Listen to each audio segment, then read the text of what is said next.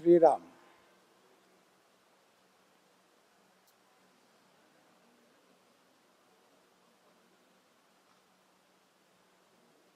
सर्वप्रथम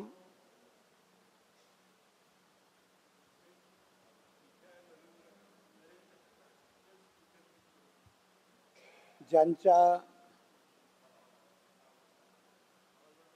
आर्त आणि अगत्यपूर्व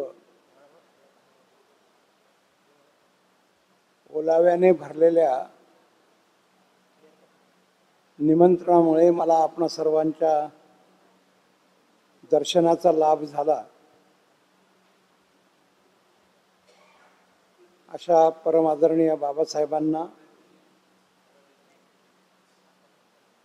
आणि या ठिकाणी उपस्थित असलेले सारे मातृ पितृ भ्रातृ, अत्यंत आनंदाचा असलेला हा दिवस माझ्याकरता आहे. पण माझ्या मनात आनंदाबरोबर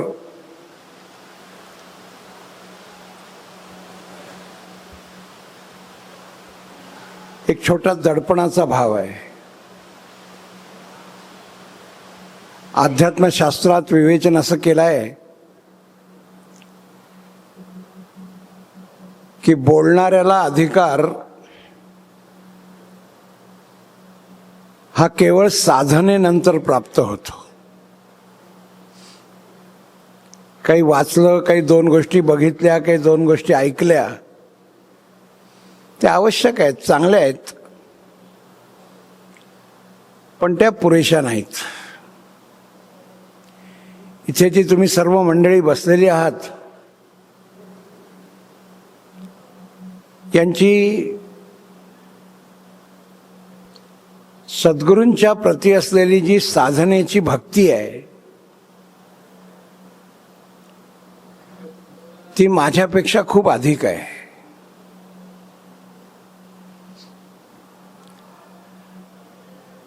आणि म्हणून मी मगाशी म्हटलं की तुमच्या दर्शनाचा लाभ बाबासाहेबांनी घडवून आणला, हा आनंदाचा विषय आहे.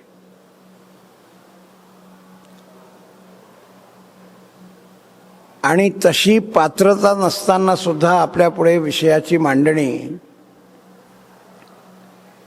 करण्याचा प्रयत्न हा दडपणाचा विषय आहे. पण आपण सगळे प्रपंचाच्या असलेल्या भवसागरातून स्वतःला एका वेगळ्या ठिकाणी घेऊन जाण्याच्या प्रयत्नात आहोत. आणि म्हणून मी माझ्या या 3 सत्राच्या मांडणीचा प्रारंभ करताना असं म्हणेन की हा भवसागर पार करत असताना आपण सारे माझ्यासह एका नावेत बसलेलो आहोत. योगायोगानं पाऊस आहे, उत्तम पाऊस आहे, आणि त्या नावेत बसून आपण आता या 3 सत्रातून जरा पलीकडे जाण्याचा प्रयत्न करणार आहोत. ज्याची आपल्याला आस आहे, ओढ आहे, ते मिळावं असं वाटतंय, त्या चैतन्यापर्यंत पोहोचण्याचा जो प्रयत्न आपल्याला या नावेत बसून करावयाचा आहे, तो सामूहिकरित्या करायचा आहे. म्हणजे माझी बोलतानाची भावना मी समोर बसलो अशीच आहे. म्हणजे मी काहीतरी वेगळं सांगणार आहे, महत्वाचं सांगणार आहे, माझ्याजवळ काहीतरी आहे ते तुम्हाला देणार आहे, अशी भावना नाही. बोलतोय हे खरं आहे, पण ऐकण्याचा मी स्वतःही अधिक प्रयत्न करतो हे त्याहून खरं आहे. परमादरणीय बाबासाहेबांनी ती नौका या 3 सत्रातून मी न्यावी असं सुचवलं आहे आणि तुमच्या साक्षी भावानं ती नेणार आहे. आनंदाचा विषय असा जोडलेला आहे, फारच सुंदर शीर्षक आहे. यांना सद्गुरू कळले हो. या चारही शब्दांमध्ये काही मूलभूत चिंतन आहे. यांना म्हणजे कोणाला, हा पहिला मुद्दा. सद्गुरू म्हणजे कोण? व्यक्ती आहे, तत्व आहे, अस्तित्व आहे, जाणीव आहे, काय आहे सद्गुरू? कळले. एखादी गोष्ट बघितली, ऐकली की आपल्याला कळते असं आपण म्हणतो. किंवा एखाद्याने काही कथन केलं तर आपण म्हणतो की मला कळलं, काय म्हणायचंय ते कळलं. अध्यात्मामध्ये कळलं या शब्दाचा मला लक्षात आलेला अर्थ असा आहे, उमजलं. कळले आणि उमजले यात फरक आहे. कळले हा निरोप आहे आणि उमजलं याचा अर्थ आतून लक्षात आलाय. केवळ बाह्य श्रवणांनी कळलेलं नाही, आतून लक्षात आलाय असं उमजलंय. आणि शेवटचा शब्द आहे हो. हा प्रत्येक शब्द मोलाचा आहे. मला उमजलं. काय उमजलं? सद्गुरू. मला ते उमजण्याकरता ज्यांना ते उमजलं अशी आपली परमश्रद्धा आहे. अशी त्रिमूर्तींच्या साक्षीने आणि त्यांच्या कृपेने हे सगळं चालू आहे.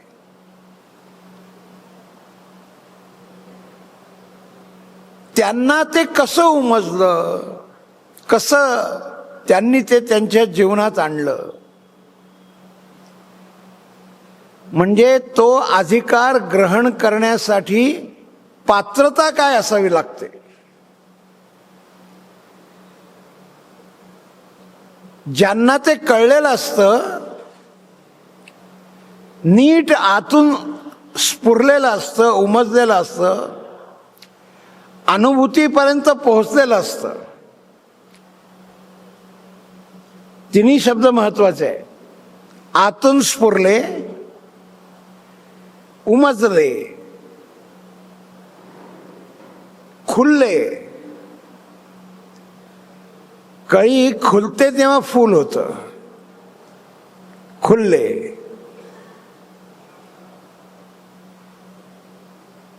यांना ते कसं उमजलं ते आम्हाला, मला कसं उमजणार आहे? मला जेव्हा विषय सांगितला तेव्हा मी या शब्दांभोवती विचार करत राहिलो आणि मग असं मनात आलं की या प्रत्येक शब्दाची उचित अशी फोड करावी, ज्याचा मी प्रारंभ केलाय. आपल्याला माहिती आहे की ज्यांना उमजले ते आहेत, असे आहेत आणि काही आणखी आहेत. हा एक भाग. दुसरा, सद्गुरू प्रती निष्ठा आहे, श्रद्धा आहे, अंतःकरणपूर्वक सेवा करण्याचा भाव आहे, शरणता आहे आणि जीवन समर्पित आहे. असा ज्यांच्या ज्यांच्या मनामध्ये सद्गुरूंच्या प्रतिभाव आहे, असे सारे हे या शब्दात येतात. आणि म्हणून हा शब्द, या शब्दाची मोठी विशालता आहे, व्यापकता आहे. म्हणजे सद्गुरू केव्हा कळतात? माझा अधिकार आहे का सद्गुरू मला कळलेत का असं जर विचारलं मला एकट्याला, तर मी म्हणेल तर मी अजून तर बालमंदिरातही गेलेलो नाही. वेगवेगळ्या इयत्तांमध्ये माझ्यापेक्षा पुढे गेलेले समोर बसलेले आहेत. आणि मी केवळ विनम्र भावाने नाही सांगत आहे, वस्तुस्थिती म्हणून सांगतोय.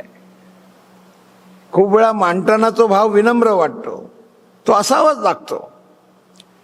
पण वस्तुस्थिती की आपल्याला हा नेमका अर्थ कळला आहे का?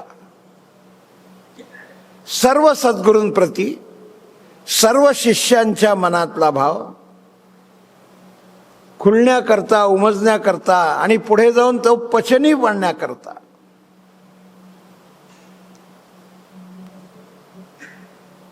कशाची आवश्यकता आहे? जे सद्गुरु पदाला पोचले ते केव्हा तरी सत्शिष्य होते. जे सत्शिष्य होते ते केव्हा तरी कोणत्या तरी प्रसंगी, कोणत्या तरी मार्गानं, कोणत्या तरी घरात, कुठेतरी जन्म पावल्यामुळे, कोणत्या प्राप्त झालेल्या संस्कारामुळे आपण अशा सद्गुरूंची भेट घेऊया असं त्यांना वाटायला लागलं. जसं आपल्याला वाटतं की परमश्रद्धेय असलेलं ब्रह्मचैतन्याचं रूप, प्रल्हाद महाराजांचं रूप, रामानंद महाराजांचं रूप, आणि मी मगाशी सांगितलं त्याच्याबरोबरची इथे तुम्ही अनुभवलेले पूजनीय बाबा बेलसरेंचं असलेलं रूप आणि अन्य असलेल्या सुद्धा अशा प्रकारच्या परिवारात वावरणाऱ्या सद्गुरूंची जी रूपं आहेत, त्याचा गुरुपौर्णिमेच्या निमित्तानं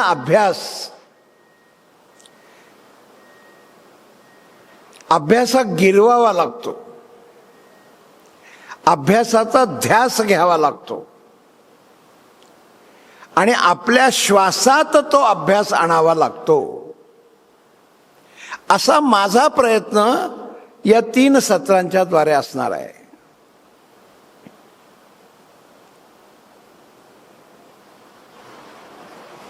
सद्गुरु हा शब्दप्रयोग जो आहे ना, हाच मुळामध्ये प्रचंड मोठा गाभा असलेला आहे. सद्गुरु हा अस्तित्व भाव आहे.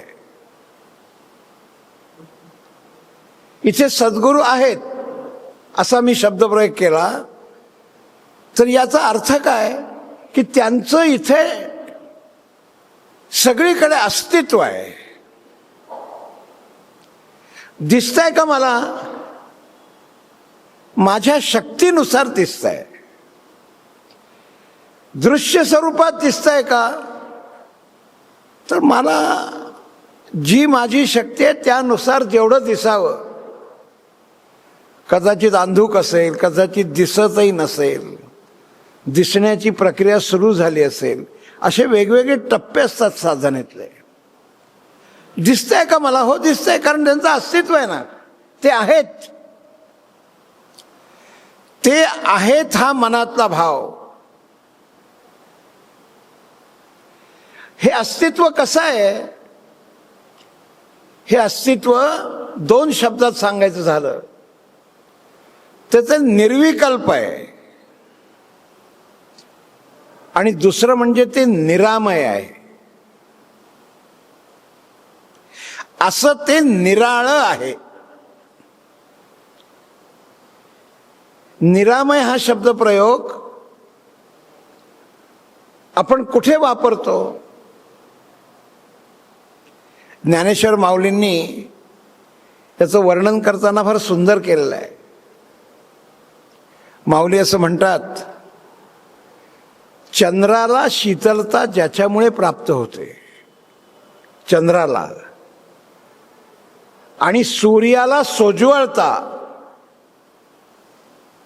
ज्याच्यामुळे प्राप्त होते, ते तत्व म्हणजे सद्गुरू. काय सुंदर आहे बघा. आणि उपमा सुद्धा पसायदानातल्या त्या आपण मार्तंड जे तापहीन, म्हणजे सूर्य हवा आहे पण तो ताप नसलेला हवा आहे. त्याला मी दुसरा शब्दप्रयोग मगाशी केला, तो सोज्वळ हवा आहे. सोज्वळतेकडे आपण सहज जातो, सात्विकतेकडे आपण सहज जातो. आपण ओढलं जातो, आपण जातो यापेक्षा आपण त्याकडे ओढलं जातो, सोज्वळतेकडे, कुठल्याही सोज्वळतेकडे. सोज्वळता कुठलीही असू दे, लौकिकातली असू दे, अलौकिकातली असू दे, पारलौकिकातली असू दे, ओढले जातो. अशी सोज्वळता कोणाला यावी, प्राप्त व्हावी? सूर्याला जी सोज्वळता प्राप्त व्हावी असं जे तत्व ते सद्गुरू अधिकाराने सांगितलेलं आहे माऊलींनी. चंद्र तर शीतलच आहे, पाहत राहावं असं आहे, शीतलतेचा अनुभव घ्यावा असं आहे. त्याच्या किरणांच्या प्रकाशामध्ये कोजागिरीला दूध प्राशन करण्यापूर्वी त्या शीतलतेचा आस्वाद ते दूध घेतं आणि मग आपण आस्वाद घेतो. अशा शीतलतेच्या प्रतिमेला शीतलता शिकवणारं हे किती सूक्ष्म आहे. असं ते अधिष्ठान आहे. आणि हे समजायचं असेल, त्या निरामयतेला समजायचं असेल, त्या निर्विकल्पतेला समजायचं असेल, ते निर्विकल्प आहे, अस्तित्व असलेलं आहे, जाणीवेच्या पातळीवर आहे, अत्यंत सूक्ष्म आहे. आपापल्या आतमधल्या असलेल्या जन्मोजन्मीच्या, केवळ या जन्मापुरतं नाही, जन्मोजन्मीच्या असलेल्या आतमधल्या स्वरांना त्यांच्याकडे ओढण्याचा प्रयत्न करणार आहे. मी जाणीवपूर्वक शब्द जन्मोजन्मी असा वापरला. एकाच जन्मात हे घडणारं नाही. हा अखंडित चाललेला जन्मोजन्मीचा प्रवास आहे, जन्म थांबेपर्यंतचा.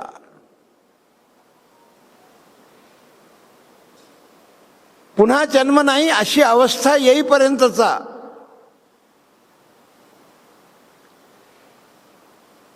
आणि म्हणून थोर पुरुषांच्या मुखातून थोडे शब्द येतात आणि ते अजरामर होतात. महाराजांच्या मुखात शब्द आहे, आता तुला जन्म नाही ब्रह्मानंदा. हे शब्द किती बोलायला किती सेकंद लागले,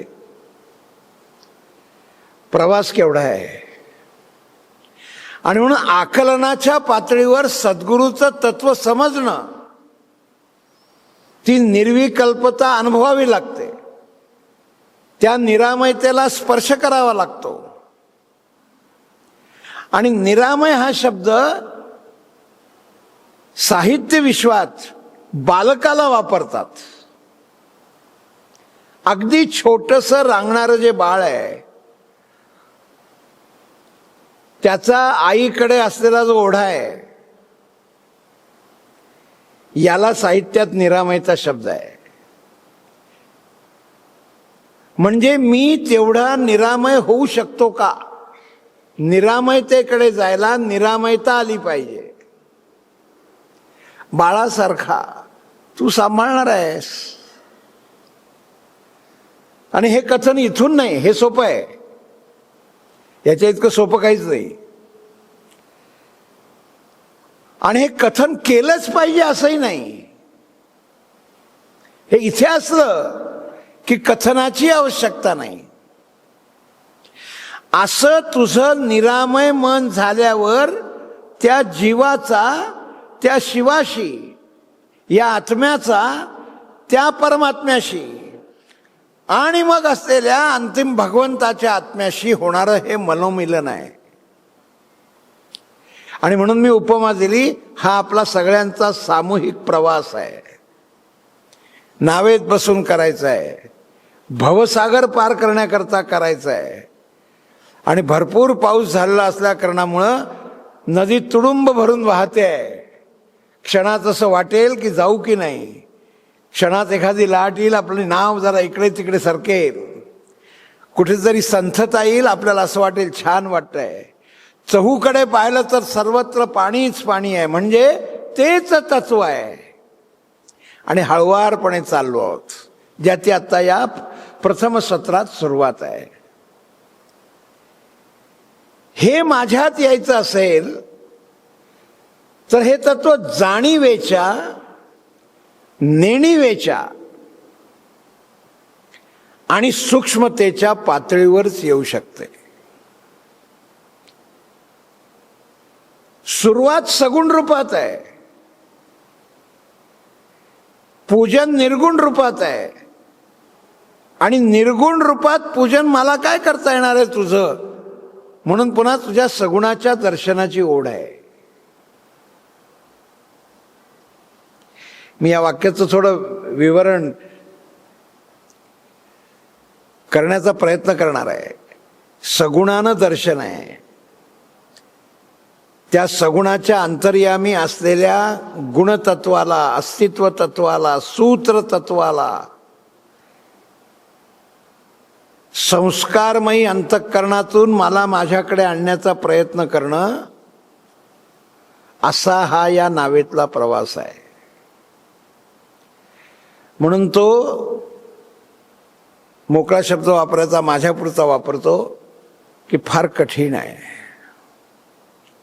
माझ्यासारख्याला ते या जन्मात माझ्यापुरता केवळ कठीण वाटत नाही, अशक्य वाटतो. पण अशी साथ लाभली की असं वाटतं थोडं जमेल, थोडं किंचित. इतका छोटेपणाचा असलेला स्वाभाविक मनोवृत्तीचा भाव एका अस्तित्वाला जाणण्याचा प्रयत्न आहे. असं हे सद्गुरु रूप आहे. व्यक्ती आहे का ते? तर व्यक्ती आहे आणि व्यक्ती नाही. तुम्हाला एकाच वेळी दोन्ही गोष्टी कशा? भगवद्गीतेमध्ये मला अजूनही त्याचं नीट आकलन होत नाही. मला फार लहानपणी मी माझ्या आईला शंका विचारली होती आणि ती म्हणाली होती की या जन्मात तुला अर्थ कळला तरी पुष्कळ होईल, आता तर तुला कळणारच नाही म्हणले. मी शब्द भगवद्गीतेतला असेन 7वी 8वीत, ते फार 12-13 वर्षाचा असेल. माझी आई शिक्षिका होती, प्राथमिक शिक्षिका. आणि भगवद्गीतेतला एक शब्द आहे श्रीकृष्णाच्या मुखातला, अनासक्त आसक्त होऊन जगावे. तर मी म्हटलं अनासक्त होऊन जगावे म्हणजे काय सांग, आसक्त होऊन जगावे म्हणजे काय सांग, आणि एकाच वेळी या दोन्ही गोष्टी असाव्या म्हणजे काय. ताई म्हणजे तू फार कठीण प्रश्न विचारला. शब्द तुला वाचता आला, याचा अर्थ कळायला तुझा जन्म गेला तरी पुष्कळ होईल. एकाच वेळी दोन्ही शब्द असणं, हे मी विवेचनाला सुरुवात करताना वाक्य काय म्हटलं, ते सगुण रूपात आहे, सद्गुरू आहे. तुम्ही आम्ही पाहतो, आहेत नाहीत. नाहीतला मी शब्दप्रयोग असा केलाय की हा अस्तित्व भाव आहे आणि हे तत्व आहे. म्हणजे सद्गुरू हे तत्व आहे. त्या तत्वापर्यंत पोहोचण्याकरता व्यक्ती हे माध्यम आहे. आणि तिथे मी व्यक्ती हा शब्द वापरत नाही, विभूती हे माध्यम आहे. हे विभूती आहेत. ज्यांची साधना खूप जास्त होते त्यांना व्यक्ती असा शब्दप्रयोग वापरण्याचं धारिष्ट्य माझ्यासारखा करू शकत नाही. पण समोर दिसतात अशा अर्थानं विभूती पाहता येते, दिसते, अनुभवता येते, बोलता येते. त्याच्यापुढे आपण नमन करतो. आपल्याबरोबर वावरताना आपण एका विभूतीच्या बरोबर वावरतो आहे याची आपल्याला फारशी कल्पना येत नाही. ती कालांतरानं समजते. विश्वरूप दर्शन जेव्हा अर्जुनाला झालं श्रीकृष्णाचं, तेव्हा अर्जुनाच्या मुखातून फार चांगला एक श्लोक आला आणि त्याचा भावार्थ फार अप्रतिम आहे. माझी चूक झाली, मी तुला मित्र समजत होतो आणि सारखे प्रश्न विचारून तुला त्रास देत होतो. 11व्या आणि 12व्या अध्यायामध्ये ज्या भक्तिभावाचं वर्णन आहे, इतके सगळे प्रश्न विचारले, असं मानत होतो तू मित्र आहे, तू वेगळा आहेस, चुकलं माझं. यांच्याबरोबर आपल्याला, म्हणजे मी हे वाक्य का घेतलं, सद्गुरूंच्या बरोबर आपल्याला राहता आलं, सद्गुरू आपल्याकडे आले, ती विभूतींच्या बरोबर काही चर्चा करता आली, त्यांचं मार्गदर्शन घेता आलं, त्यांच्या मुखातला एका शब्द ऐकला. मी शब्द म्हणतोय, हे रामकृष्ण परमहंसांची आणि विवेकानंदांची पहिली भेट झाली तेव्हा विवेकानंद नरेंद्र होते. पहिली दृष्टभेट होती एका सत्शिष्याची एका सद्गुरूंशी. रामकृष्णांच्या मुखातून नरेंद्र जायला निघाले तेव्हा रामकृष्ण असं म्हणाले, येत जा. आता येत जा एवढे शब्द आहेत ना ते, मधून मधून भेटत जा, तुला जमेल तसं. आणि नरेंद्र हा बौद्धिक पातळीवर वावरणार आहे, शिष्य आहे पण बौद्धिक पातळीवर वावरणार आहे. स्वतः नरेंद्राने नंतर असं सांगितलेलं आहे ते विवेकानंद झाल्यावर, की मला सद्गुरू समजायला फार उशीर लागला, माझ्या आयुष्यातून सद्गुरू वजा केले तर माझे आयुष्य शून्य आहे. हे त्यांच्या महानिर्वाणाच्या काही महिने आधी व्यक्त केलेलं स्वामी विवेकानंदांचं स्वतःचं मत आहे. माझे आयुष्य शून्य आहे, तुमच्याबरोबर वावरलो, सुरुवातीला तर वाटलं तुमच्यात काहीच नाही.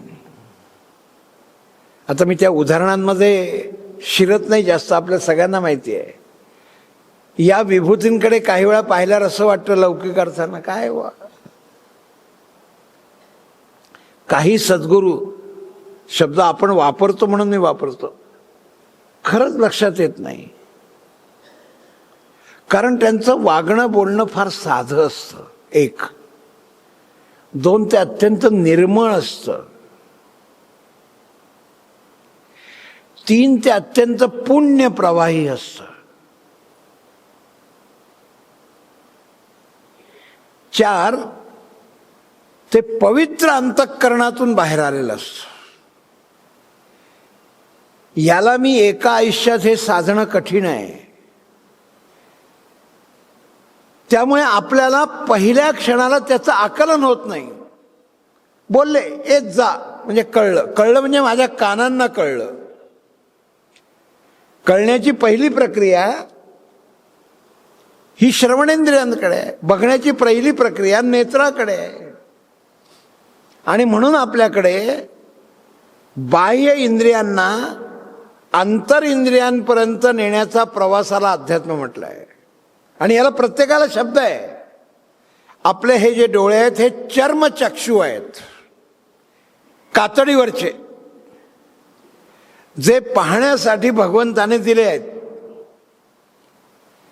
पण अध्यात्म कळण्यासाठी, विभूती कळण्यासाठी चर्मचक्षु पुरेसे नसतात. अंतरचक्षुपर्यंत गेलं पाहिजे ते कळणं, म्हणजे झिरपलं पाहिजे. पाणी आतमध्ये झिरपतं, ते वरती ते कमी झालं, कुठे गेलं?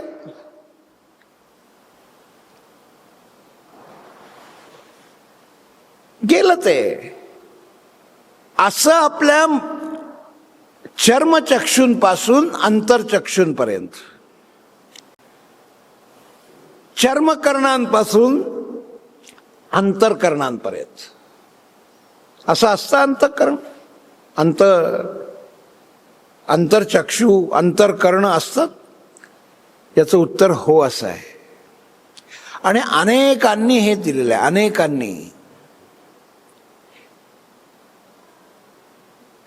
उदाहरणं देण्याची आवश्यकता नाही. मी तुला जसा पाहतोय तसा मी भगवंताला पाहतो, आणि मी जसा भगवंताला पाहतो तसा तूही भगवंताला पाहशील अशी माझी खात्री आहे. मग दाखवा, घाई करू नको, आधी तयार हो मग दिसेल. असा हा प्रवास आहे. म्हणून सद्गुरु तत्वाच्या संदर्भातली जी मांडणी आहे ती प्रथम सद्गुरूंचं आकलन हे फार महत्वाचं आहे. ते सद्गुरू असताना आपण पाहिलं आणि त्यांच्या सत्शिष्टत्वाचा प्रवास आपण काही अनुभवलेला आहे, ऐकलेला आहे, वाचलेला आहे.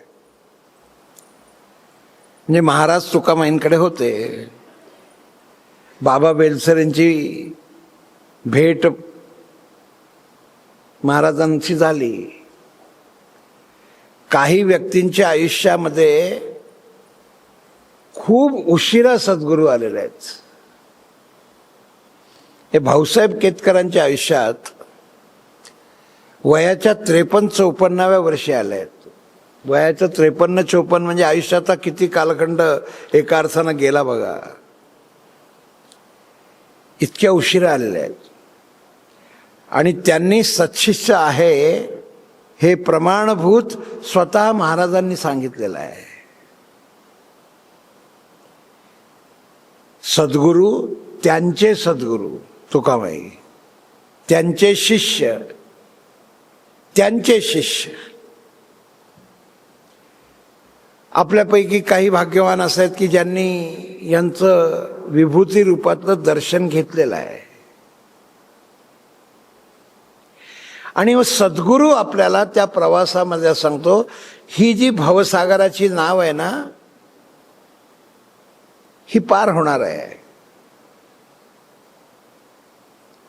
आणि म्हणून मला सद्गुरूचं जे पहिलं दर्शन विभूती महत्वातलं असतं ते पहिल्या तत्वानं आपल्याला समजतं असं मला वाटतं.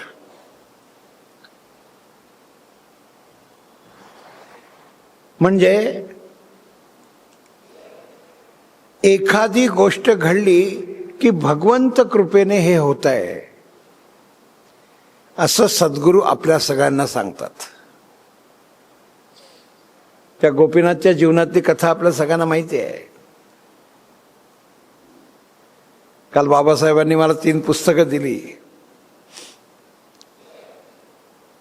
आणि मी रात्री त्यातलं एक पुस्तक चाळत होतो आणि योगायोगानं आज ते बोलायचं त्याला अनुरूप ती घटना दिसली.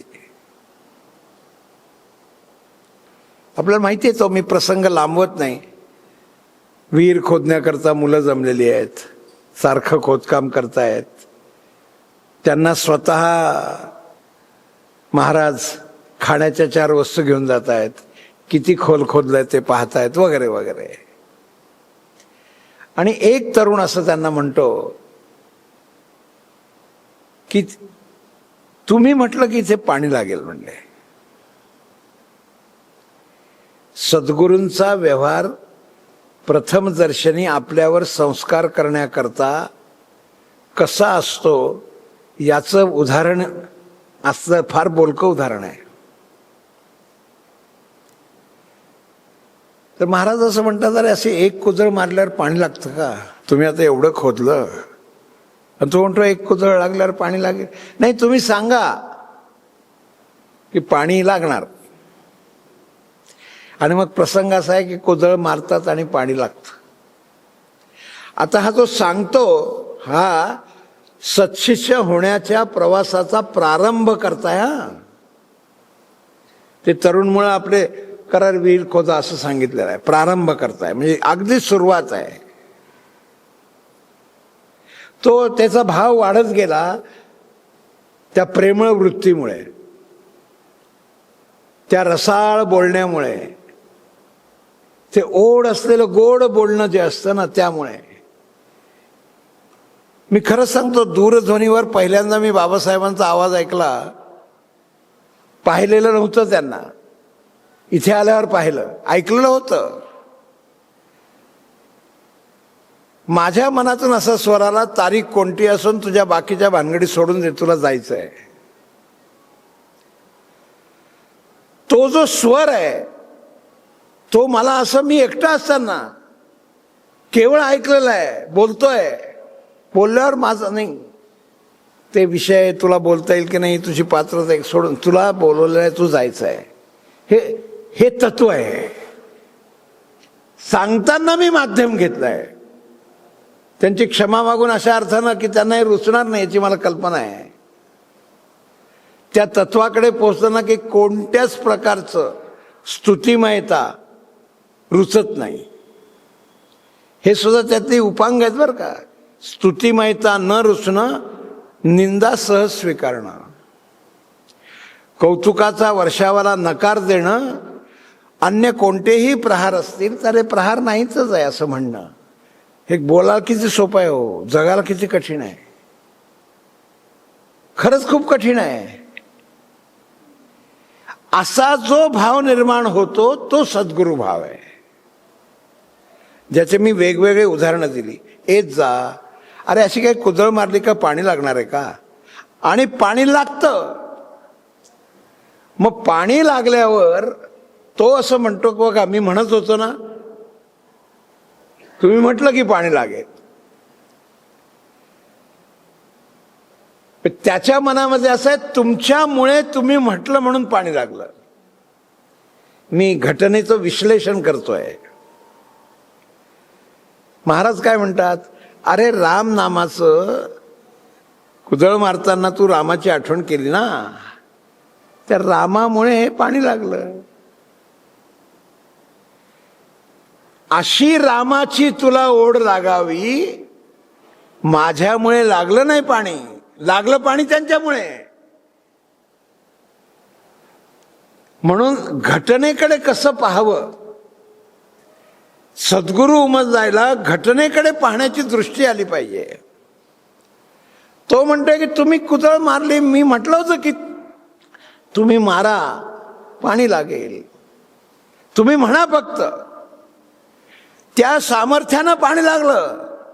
आणि ते सामर्थ्य असं म्हणतं की हे सामर्थ्य रामाचं आहे. या दोन पैलू आहेत. एक म्हणजे आपण नेहमी म्हणतो मी करता नाही.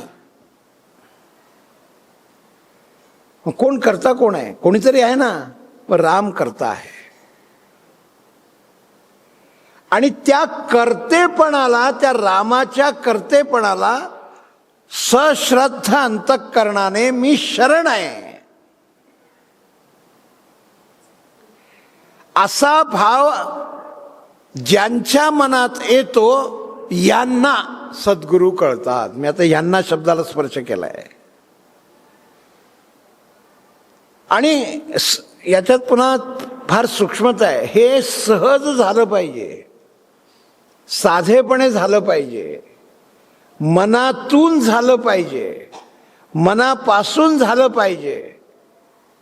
आणि समोरच्याला मी सहजतेने म्हणतोय असंही वाटलं पाहिजे.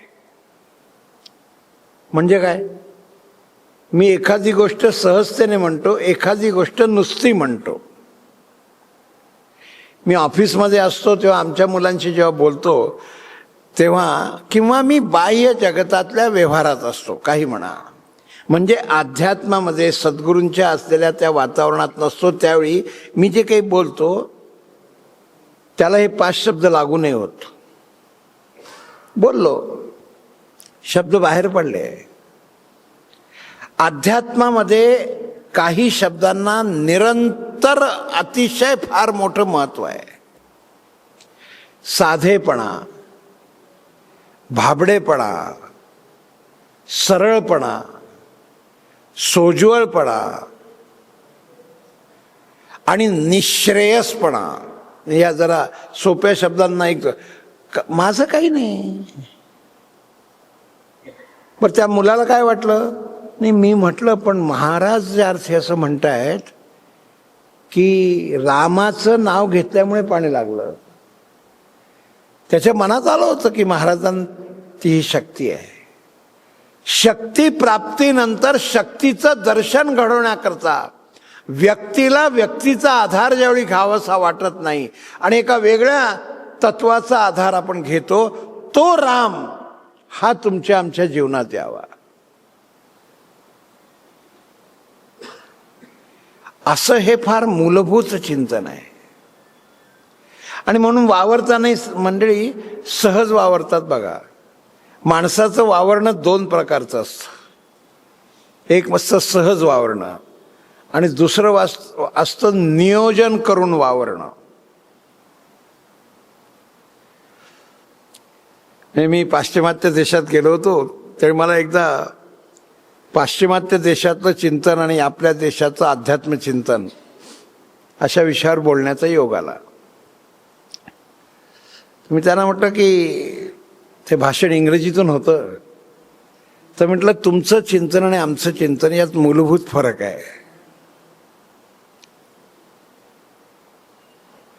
ते म्हणले कसं? तर म्हणले तुमच्या चिंतनातून बाहेर पडलेली मी काही वाक्य सांगतो, आमच्या चिंतनातून बाहेर पडलेली काही वाक्य सांगतो आणि ती वाक्य पुन्हा तुमच्या परिभाषेत म्हणजे तुमच्या भाषेत सांगतो. हे मी कोणत्या वाक्याच्या पृष्ठभूमीवर बोलतोय? माणसाचं वागणं सहज असणं आणि माणसाचं वागणं नियोजनपूर्वक असणं. या हे थोडंसं प्लॅनिंग आहे. आणि आले, दर्शन झालं, फार हे सहज आहे. आमच्याकडे सहजतेचं महत्व आहे, पाश्चिमात्यांकडे त्या नियोजनाचं महत्व आहे. आमच्याकडे बाह्य नियोजन आहे. 7:30ला हे होईल, 8ला हे होईल, असा गजर होईल, प्रवचनकार प्रवचनाला सुरुवात करतील, इथे नियोजन आहे.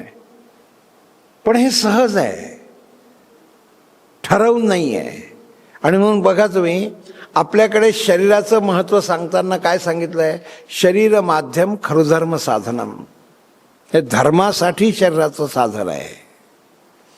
आत्मज्ञान होण्यासाठी हा देह आहे. या देहाला अध्यात्मशास्त्रात आकलन होण्यासाठी, कळण्यासाठी देह दिलाय. किती दिवस आहे देह माहिती नाही.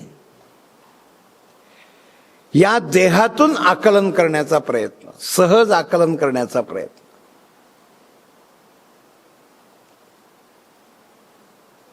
मी त्यांना म्हटलं तुम्ही इंग्रजीत काय म्हणतात? Honesty is policy. आता तुमच्या आणि आमच्या तत्वज्ञानाचा फरक सांगतो म्हणून मी तिथे बोलताना असं म्हणालो, आमच्याकडे ऑनेस्टी इज प्रिन्सिपल. म्हणजे प्रामाणिकपणे वागायचं असतं हे आमचं तत्व आहे आणि प्रामाणिकपणे वागतो असं दाखवायचं असतं असा तुमचा भाव आहे. पॉलिसी, याला मी नियोजन शब्द वापरला मगाशी. दाखवायचं असतं आणि साधू दिसता ते वेगळं आले. बाह्यरूप सगळ्यांचं वेगळं आहे की नाही? अंतर्यामी एक आहे. आणि म्हणून बघताना तुमचं आमचं व्यक्तिमत्व भिन्न आहे, पण तुमचं आमचं तत्व अभिन्न आहे. दिसायला कोण सारखं आहे? आपण आता इथे बसलेल्यात आणि इथे बसलेल्यात सोडून द्या, कुठेही काही सारखेपण आहे का? दोन जुळ्या भावंडांमध्ये सुद्धा सारखेपण येणे शक्यता राहत नसते. इतकं भिन्नत्व आहे. दिसणारं हे भिन्नत्व, अंतर्यामी अभिन्नत्व आहे. हे अभिन्नत्व म्हणजे मी सुरुवातीला वापरलेला अस्तित्व भाव आहे. तुम्ही आम्ही भिन्न आहोत, हो, आणि तुम्ही आम्ही अभिन्न आहोत. एक विशिष्ट पातळी पूर्ण केल्यावर, सहजतेने पूर्ण केल्यावर मग अभिन्न आहोत. अभिन्नत्व हे तत्व आहे आणि भिन्नत्व हे दिसणार आहे. ते तर अनुभवतो आपण, पाहतो आपण, आपल्या दृष्टीला पटतं. बघितल्यानंतर तू वेगळा मी वेगळा, पण जाणीवेच्या पातळीवर तू वेगळा नाही मी वेगळा नाही. तू या जाणीवेच्या पातळीपर्यंतचा हळुवारपणे प्रवास करायचा, ज्याला मी मगाशी म्हटलं, तुझी जी शक्ती आहे, तुझं जे प्रारब्ध आहे, प्राक्तन आहे, संचित आहे, ऋणानुबंध आहे, चारी शब्द प्रयोग वापरले, तितका तू जोडला जाशील, तितका तू पुढे जाशील.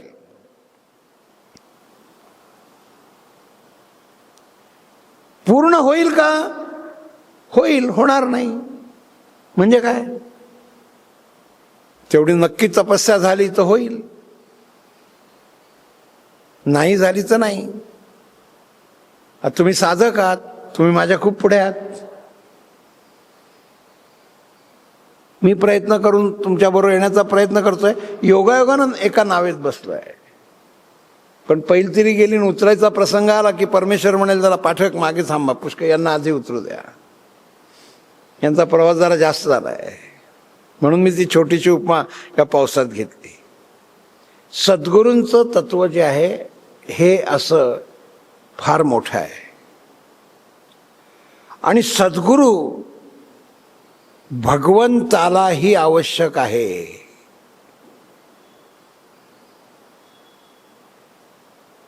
तुम्ही म्हणाल भाऊ तुम्ही असं कसं म्हणतात? भगवंताचं दर्शन घडवतो तो सद्गुरू आहे.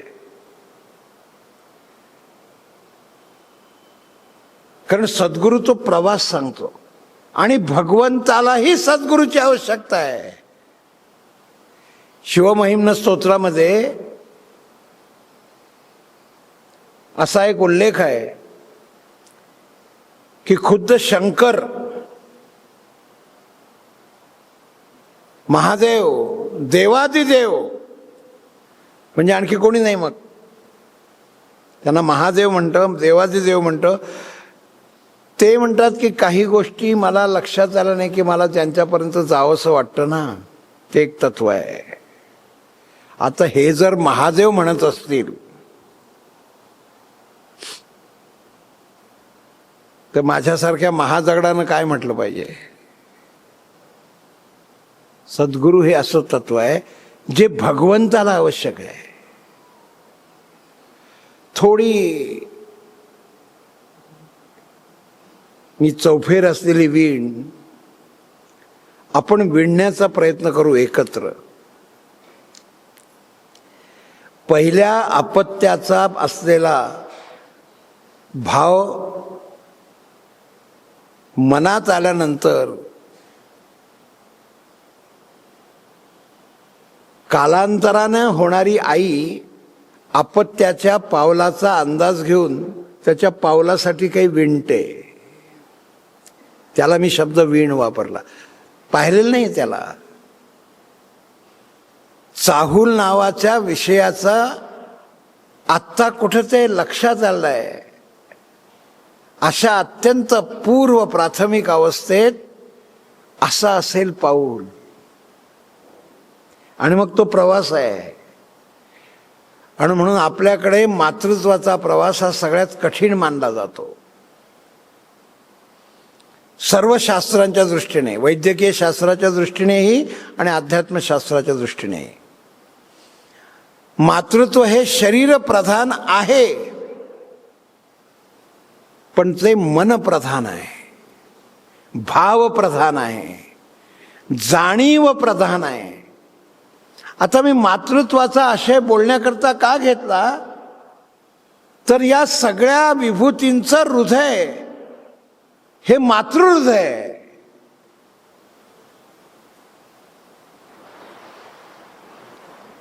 जे द्रवतं, जे रसपान देतं, जे सांभाळतं. पण त्याचं वर्णन फार सुंदर केलं आहे एका कवितेमध्ये. मातृत्व भावाचं वर्णन असं आहे, हे हृदय कसे आईचे मी उगाच सांगत नाही, जे आनंदेही रडते दुःखात कसे ते होई. हा मातृत्व भाव किंवा स्त्री पुरता मर्यादित, हे सारे मातृत्व भावाचे प्रधान करते आहेत. एखाद्याशी बोलल्यावर असं वाटतं अरे काय किती प्रेमळ बोललो, काय स्वर होतो, काय आत्मीयता होती हो. शब्द तेच आहेत, शब्दांना या जाणीवेचं असलेले ते शब्दांवर चढलेलं कोंदण आहे. सद्गुरूंचं दर्शन असं घडतं. ते माऊलीच्या रूपात आहे, आपण बालकाच्या रूपात आहोत. ते निर्विकल्प आहेत, ते निरामय आहेत, ते चंद्रापेक्षा शीतल आहेत, ते सूर्या इतके सगळं काही प्रकाश दाखवणारे आहेत, तरीही सोज्वळ आहेत. याचं हळूहळू आकलन होण्याची भूमिका तुमच्या आमच्या जीवनामध्ये प्रवेशित व्हावी, या तत्वाचं नाव सद्गुरू आहे. मी प्रवेशित शब्द वापरला आहे. प्रवेशित झाल्यानंतर मग कळणं आहे. या सगळ्या मंडळींचा प्रवास आपण बघा, प्रवासातल्या घटना बघा, त्यांचं आकलन बघा, आपल्याला असं लक्षात येईल ते खूप खडतर आहे बरं. म्हणून या प्रवासाचं पहिलं वर्णन असं आहे, सद्गुरू शरीराला आणि मनाला कष्ट झाल्याशिवाय दिसत नाही. ते सदैव परीक्षा पाहतात. इतर सर्व परीक्षा, आजच्या भाषेत बोलायचं झालं तर आज नाही तर उद्या पास होण्यासाठीच असतात. हल्ली लोक परीक्षेमध्ये फारच पास व्हायला लागलेत. लौकिक परीक्षेचं बोलतोय मी. ही परीक्षा सगळ्यात कठीण आहे. ही शरीराची पण आहे, ही मनाची पण आहे, आणि आत्म्याशी संघर्ष करणारी पण आहे.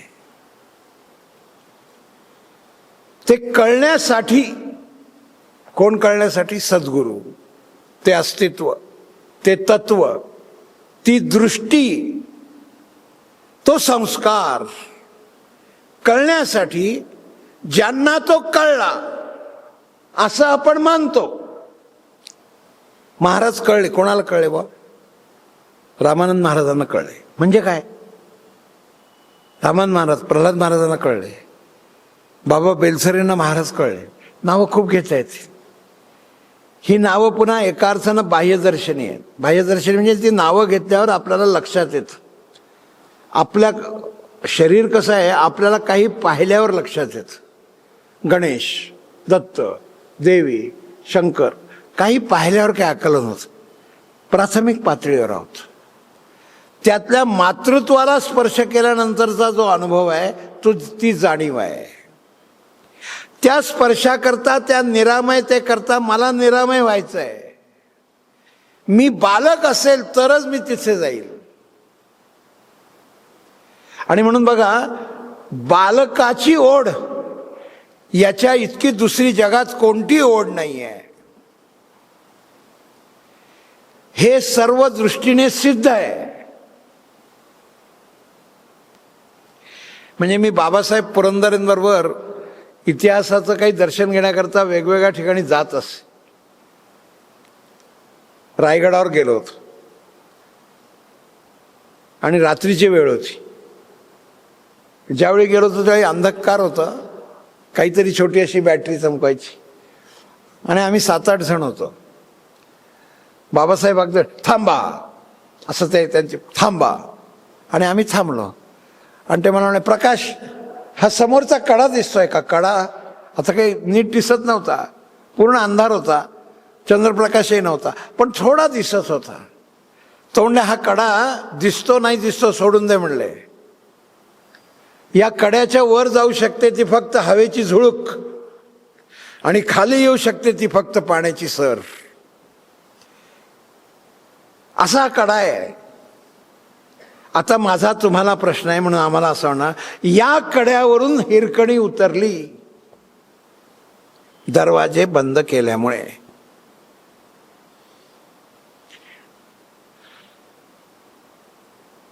आणि एकच वाक्य ते बोलले, अशी ओढ ते आपल्याला म्हणाले, ते त्यांना लागली होती, अशी ओढ आपल्याला लागलं की दर्शन घडतं. त्या हिरकणीची तिच्या बाळाकरता असलेली ओढ तुझ्या मनात निर्माण होणार. म्हणून मी मातेचा उल्लेख केला. म्हणून सद्गुरू होण्यासाठी मला स्वतःला असं वाटतं की मला बालक होता आलं पाहिजे. बालक या शब्दाचा मुद्दा वयाशी जोडलेला नाही.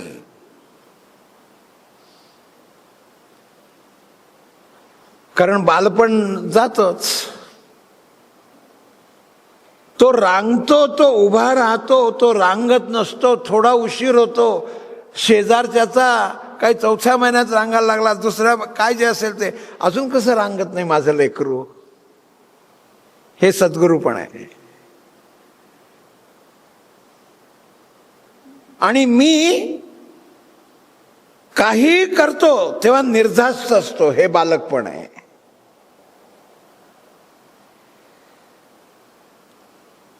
देवाची आरती करते, कामासाठी पळत पळत चालली जाते, दिवा असतो तिथे, ते बालक रांगत रांगत दिव्यापर्यंत जाते. आणि त्या माऊलीला असं वाटतं की आता त्याला त्याचा चटका लागेल, हात भाजेल, आणि हातातलं सगळं टाकून ती पळत आपल्या लेकराकडे येते. हे सद्गुरु तत्व आहे. त्याला वाटत असतं का माझा हात भाजेल असं? त्याला कळतच नसतं. कळलं हे शब्द त्याला कुठं कळतं? आणि कळलं असतं तो कशाला गेला असता दिव्याकडे? त्याचं कळण्याचं वय नाही.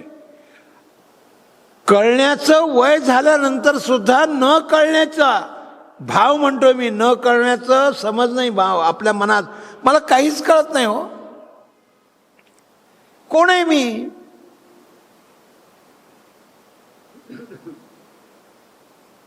दिसतोय खरं, कोण आहे मी?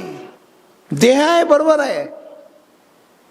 असा सद्गुरूला माझ्यामध्ये बालकाचा भाव, त्याच्या मनातला माझ्या मनात येणाऱ्या प्रवासाचं नाव सद्गुरु चिंतनाचा प्रवास असा आहे, असं मला वाटतं.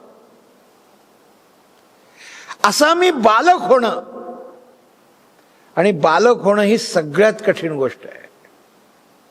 आपल्याकडे असं म्हणतात, म्हातारा मनुष्य झाला की त्याचा दुसरा जन्म याच जन्मात असतो, ते बालक असतं, त्याला कळत नसतं. म्हातारपण हे बालपणासारखं असतं असं म्हटलं जातं. याचं कारण काय?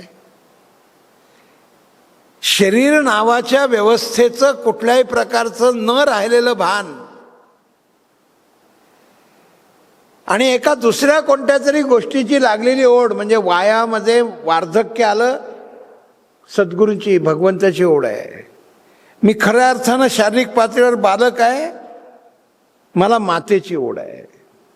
माता सद्गुरू आहे, माता तत्वरूपात सद्गुरू आहे.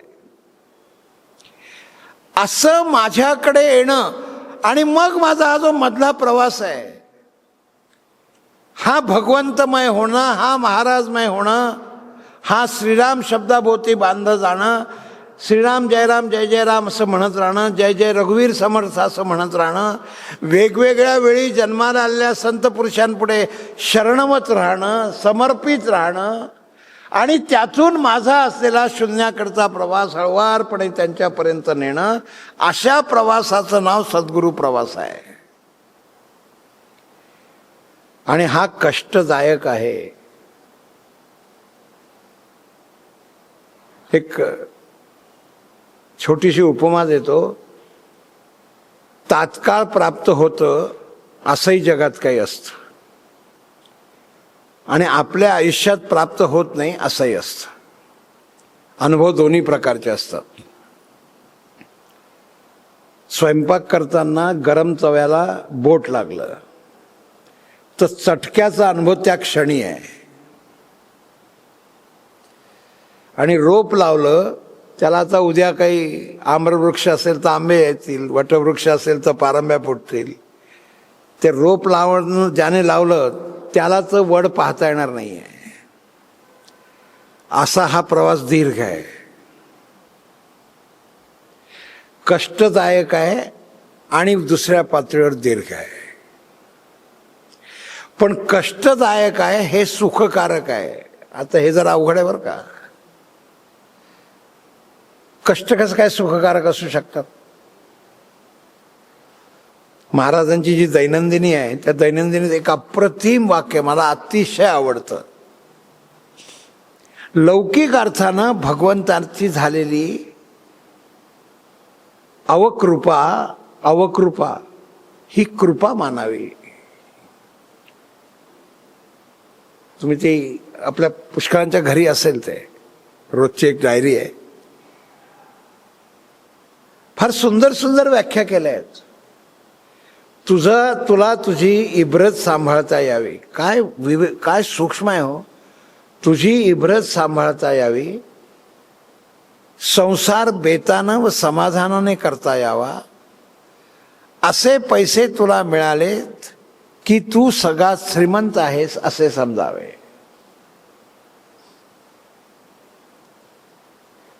वाक्य कळलं का? हो कळलं. वाक्य उमजलं का? माझ्यापुरतं नाही उमजलं. कसं काय नाही उमजलं? आता प्रवचन झाल्यावर जर कोणाचा फोन आला त्याला मी सांगेल की येतोय उद्या, करतो तुझं काम, येताना जरा चेक घेऊन ये 10,000चा. अरे म्हणून एक लक्षात घ्या, ओढ अलौकिकाची असावी. ओढ म्हणजे ओढीला कधी शारीरिक शब्द वापरत नाही. शरीराचं आकर्षण असतं आणि मनाची ओढ असते. मराठीतले शब्दप्रयोग फार अर्थपूर्ण असतात. मी आषाढामध्ये एकदा असंच लहान असताना माझं एक भाषण झालं. आता लहान होतो, मला बक्षीस वगैरेही मिळालं. बक्षीस मिळालं हा मुद्दा नाही आहे. बक्षीस मिळून घोटाळा काय झालं ते सांगण्यासाठी उदाहरण घेतलं आहे. आणि मी सहज असं बोललो भाषण करताना, घरी आलो, आमची आई समोर बसली होती ऐकण्यासाठी. मग आईला नमस्कार केला त्या संस्कारामुळे. पहिला नंबर आला असं म्हणजे त्या वयात कोणत्याही वयात वाटतं. वा छान झालं. सगळं हे कोणत्याही वयात वाटतं बरं का. मनुष्य हा स्तुतिप्रिय आहे. कोणत्याही वयात आहे, कोणत्याही क्षणी आहे. वा छान स्वयंपाक झाला. स्वयंपाक खरंच छान झालाय. बोलणाऱ्याने मनापासून सांगितलंय, पण छान झालं एवढं म्हटलं की बरं वाटतंय. हा मनोभाव आहे. तसं आईला मी म्हटलं तर ते म्हणले ते तुला बक्षीस वगैरे मिळालं. ते आमची आई फार म्हणजे कडक काम होतं आणि त्याचा आजही आयुष्यात फायदा आहे. ते म्हणले तुला पहिलं बक्षीस मिळालं असेल जगाच्या दृष्टीने, तू एक चूक केली. म्हणले चूक काय केली? आणि चूक केल्यावर बक्षीस मिळतं का म्हटलं. तर मी लहान होतो. तर आई म्हणले तू एक शब्द वापरला. काय शब्द वापरला? म्हणजे मला हा प्रसंग आत्ता आठवला. याचं कारण सांगतो. मी ओढ आणि आकर्षण असे मगाशी शब्द वापरले, त्याच्या पार्श्वभूमीवर बोलतोय. ताई म्हणाली तू शब्दप्रयोग आकाश वापरला. तर मी म्हटलं मग काय चुकलं काय? त्या शब्दात चुकलं काय? ताई म्हणे नाही, आकाश नाही, आभाळ वापरायला पाहिजे होतं.